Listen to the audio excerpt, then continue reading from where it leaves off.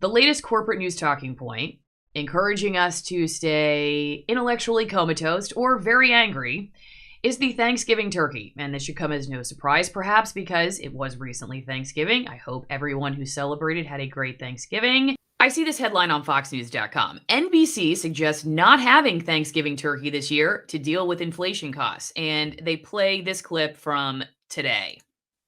And while we are on the topic of something that could be controversial, perhaps forego the turkey. Bear with me. Ooh. I know that is the staple of the Thanksgiving meal. However, some people think turkey is overrated. And so it tends to be the most expensive thing on the table. Maybe you do an Italian feast instead. And I will say this, if you tell everyone you're having a Thanksgiving without turkey, some guests may drop off the list, and that's a way to cut costs too. A little turkey. Okay, so you hear the NBC correspondent say, you know what? Just go without the turkey this year, and you'll have fewer guests come over, so it's a win-win, because you'll save money either way. The Fox reaction to that was basically calling her flippant for not taking seriously this very serious problem of inflation, and I think the subtext was also un-American for telling people they should give up their Thanksgiving turkey when they're already struggling. Here's why I don't like either one of these narratives. I think they're inaccurate, and they keep us pointing fingers at each other instead of pointing a way out. They're both accepting the system as it is, a system which has resources in the hands of a very few in a corporate model.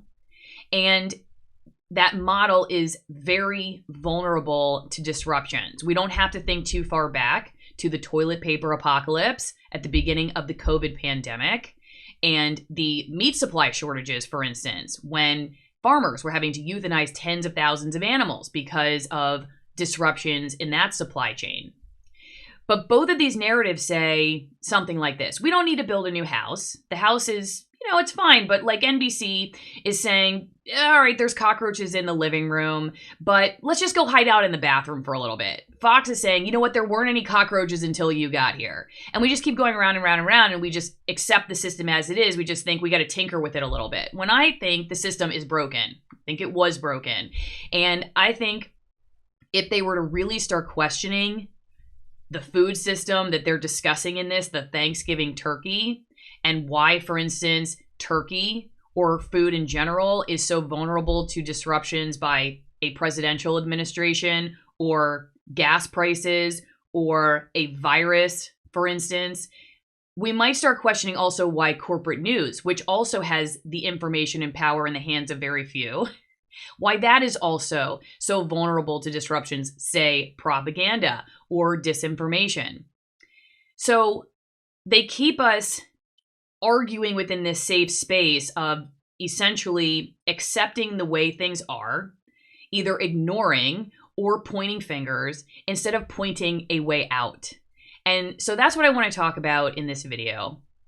Because I think what I've tried to do when I left corporate news was to do information dissemination differently, to kind of do the farm to table model, okay? And we're going to talk about that in a second. I'm even going to show you my Thanksgiving turkey, and you're going to meet the people who raised it. But let's stay on information for a second, because these two really parallel.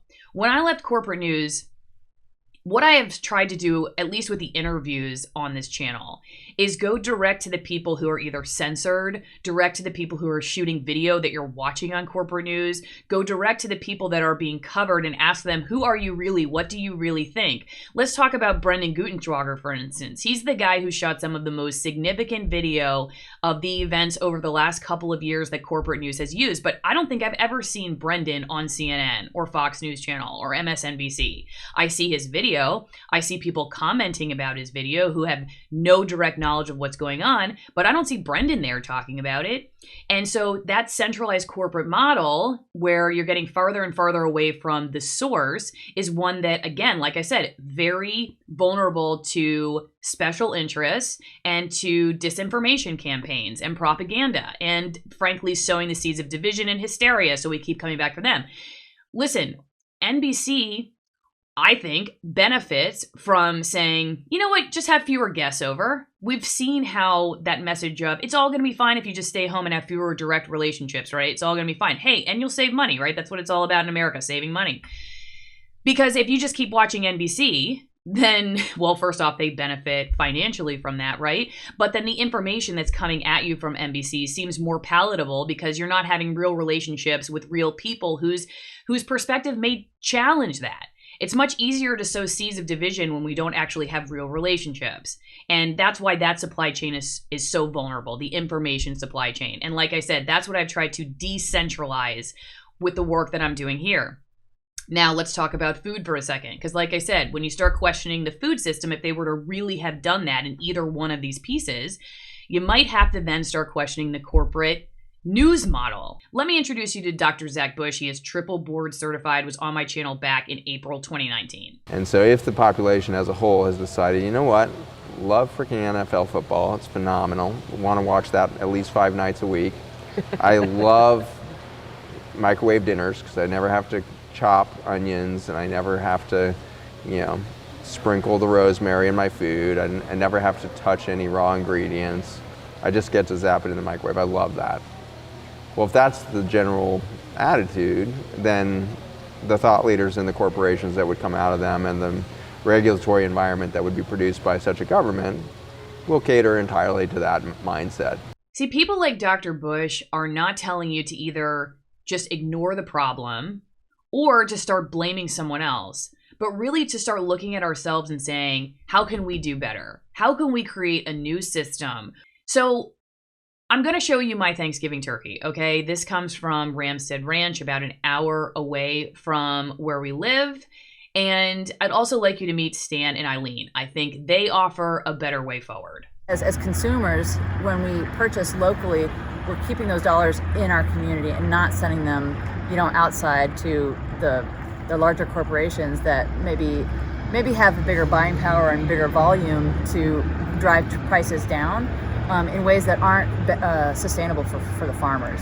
We buy as local as we can, and we write many paychecks a month to our staff, the people that help us produce what we produce. Yeah. So we do our best to keep and support our local community, so it's healthy for the community. If you've never tried a local pasture-raised turkey, now is the time. They're truly delicious. You can feel good about how they were raised.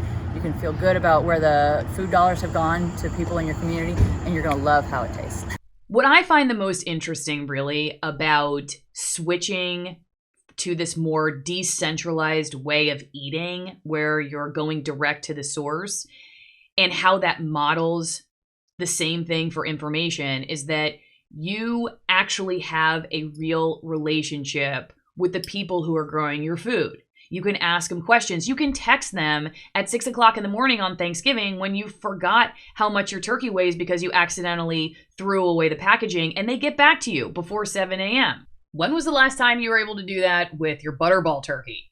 NBC is not incentivized, I don't think, to tell you about local food either because, well, for instance, the Heinz Gravy Boat pirates are one of the central floats in the Macy's Day Parade. If we keep people either divided or ignoring each other, NBC, for instance, fewer relationships, Fox pointing the finger, then we don't realize actually all the places, for instance, that this new food model, which is really the old food model, which is just having a local economy of goods and knowing where your food comes from, it's very unifying. It brings together people who care about small business, people who care about America's farmers, people who care about health, people who care about the soil, people who care about the environment, and people who care about animal welfare. All of these people, if they weren't together over a dinner table and all they were doing is watching the news, would probably be watching very disparate corporate news outlets and thinking that all these other people are their enemy. And that's just not true. I believe that direct to consumer model that we're seeing as information starts to decentralize, where people can go to any number of different platforms and any number of different commentators and have real relationship with them and talk to them and ask them questions and be a participant in trying to understand things. The comment section, for instance, sometimes it can be a dumpster fire, but other times you can really learn a lot there, and we hold each other accountable. That's the model I like. So on my locals page, which you should be on if you're not on Locals, AlisonMorrow.locals.com. You can be part of my editorial board. I have a meeting every Saturday morning where I take story ideas and we go over feedback from the week before. I posted that I was going to do this story, and I asked people to help me understand what they saw. What did they see in the NBC video? What did they see in the Fox video? And what do they think about my turkey farmers? Because I knew I was going to do this and I wanted to hear their perspectives because it helps keep me in check. I really do see it as an editorial board because it helps me see my blind spots and my biases.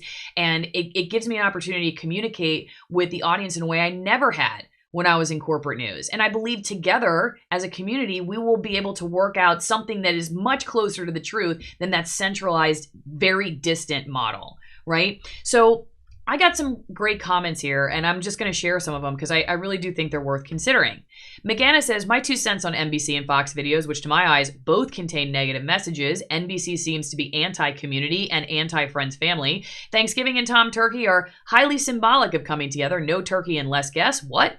Fox putting blame on Biden? Well, yes, to some extent, but we are not helpless in the face of that. People can be creative. Should we have so much food production in the hands of a few? I doubt it. Shelley says, we are not helpless is the single most important message we need to get out right now. I think that is something that too many of us have forgotten. Dr. Chip Abrahamson says, Alison Morrow, news analysis and local small farms connect with the word real.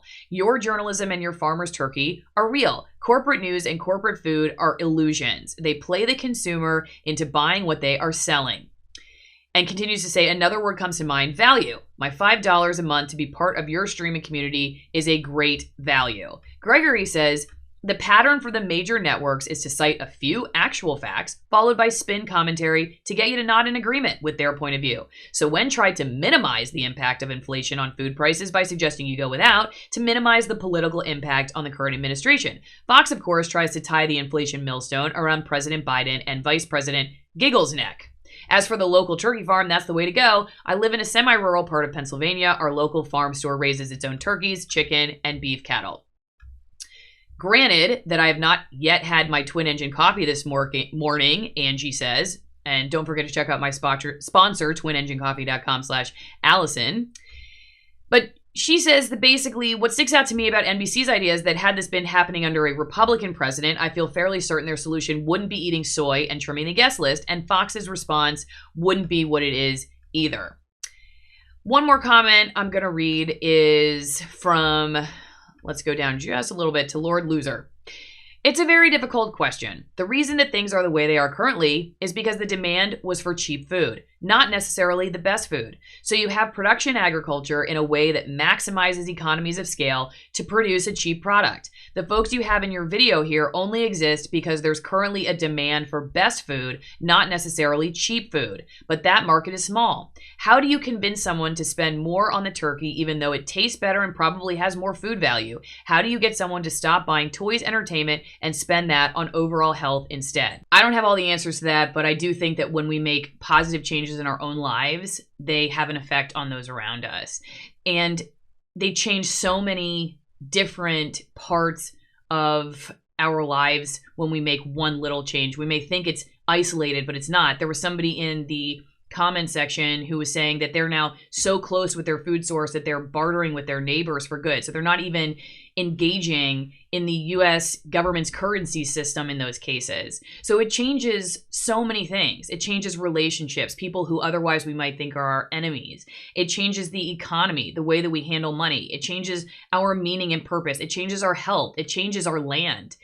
And that's why I think, again, going back to the beginning of this, these two battling narratives, which really don't offer us a solution, keep us busy pointing fingers or ignoring or just frankly feeling like we can't do anything, because then we have to keep going back to those corporations to keep feeding us that same narrative over and over again, because what else are we going to do? Because when you start thinking about things this way, you know what you can do. You know what your options are. And you know what you don't need when you figure that out? You don't need NBC and you don't need Fox anymore. So I'm going to leave it there. Thanks for watching this. I'm going to give the last word to Stan and Eileen. Great. Well, thank you, Stan and Eileen, and a very happy Thanksgiving to you both and everybody else. Yeah. Thank you for the local support, and happy Thanksgiving to everyone.